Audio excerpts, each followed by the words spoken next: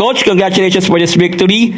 5 sets ulit. And this time around, hindi reverse sweep, nanalo ang FU. At paano kumapit yung mga girls para mabawian nyo ang NU sa first round?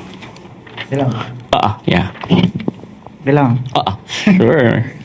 Hindi, siguro talagang pahabaan ng pasensya talaga, lalo na ngayong second round. Kasi syempre, lahat ng teams naka-adjust na. So, yung magiging crucial talaga is yung preparation na ginagawa. So, ayun, na mindset lang sa mga players na habaan ng pasensya kasi every time na kalaban namin si NU is talagang napakahirap na laban. So, ayun talaga na sobra pa sa expectation, sobra pa sa fifth set na 1-15 lang dapat.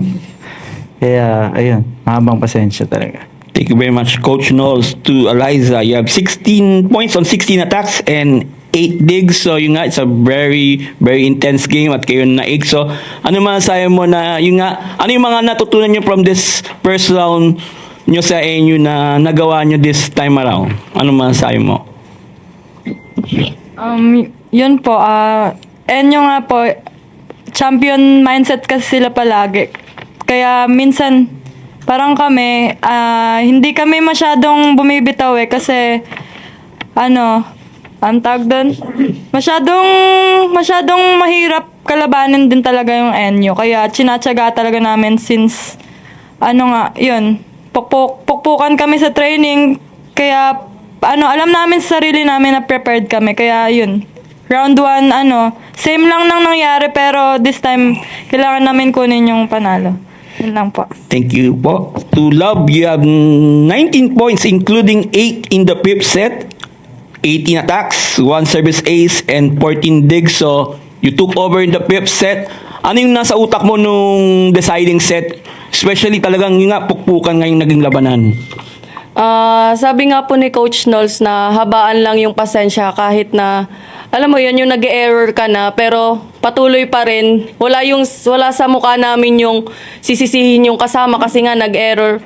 Pero nandun yung, ibabawi yung kasama kasi nga nag-error. Yun lang po.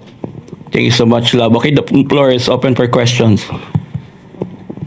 Love, siguro paano ka lang din pinatibay nung first round nga na 2 sets kayo tapos this time, kahit dikit, napanalo nyo pa rin? Tiwala lang talaga sa kasama and sa program na binibigay ng coaches. Yun lang po. Tas kay God. Kasi nga, sa kanya kami humihingi ng lakas. And yun nga, yung tiwala sa sarili, tiwala sa kasama, and tiwala sa program ng mga coaches. Yun lang po.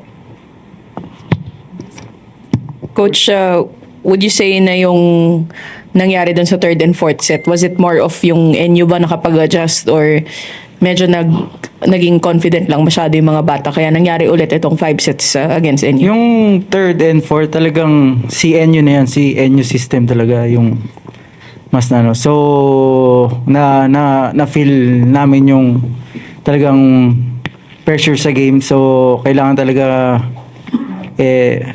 ayun nga, yung pasensya na simula pa lang kailangan maging consistent doon para makuha pa rin yung sistema na gusto namin.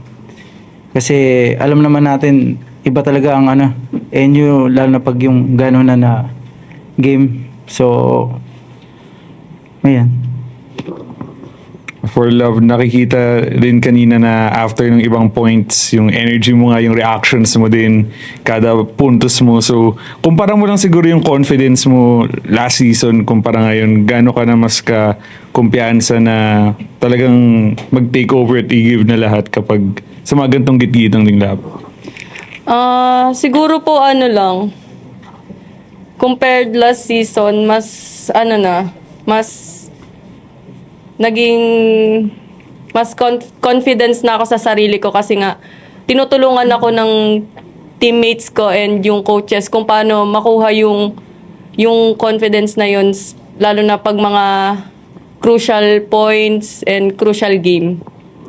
And for Eliza and Coach, Dahil nga po in past seasons na medyo naging mahirap po talunin yung NU para sa inyo, lalo na sa Final Four, gano'n po ka-special every time na nagkakaroon kayo ng ganitong opportunity nga na natatalo sila? May iba ba siyang feeling of fulfillment na nagagawa niyo po ito ngayon? Siyempre, fulfilling naman na yung feeling na manalo na sobrang tough ng game na umabot talaga ng fifth set na 20 plus 22, 20 yung score. So, napaka laking bagay sa mga players yun na na-experience nila yung ganong pressure game na talagang yung game talaga is more on error na eh. Hindi mo na mapagkakala kasi sa pressure nga. Tapos pero yung kung sino pa rin yung mahaba yung pasensya, yun pa rin talaga yung makakuha talaga. Siguro akin po, fulfilling talaga yung tuwing kalaban yung NU kasi nandun yung yung mindset na yun, pagdikdikan, tsatsagain, ang daming kahit mag-error, nagbabalikan lang sa amin, sa NU, pero nandun pa din yung nasa isip namin na pag tsinaga mo talaga, napakasarap sa feeling nung panalo.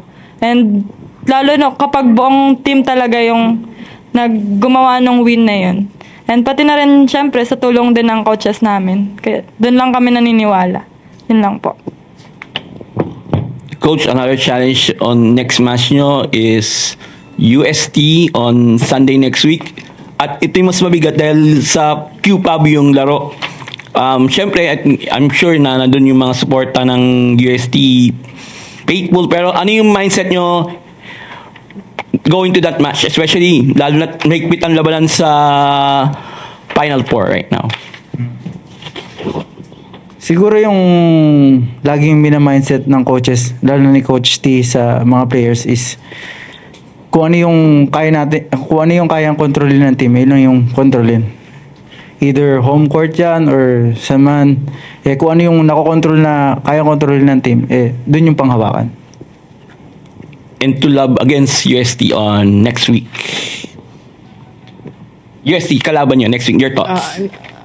Your thoughts on lang UST? po, same mindset itong panalo namin and more more confidence sa sarili and tiwala sa kasama and yun nga, maging prepared lang maging prepared for that game so makakabawi kami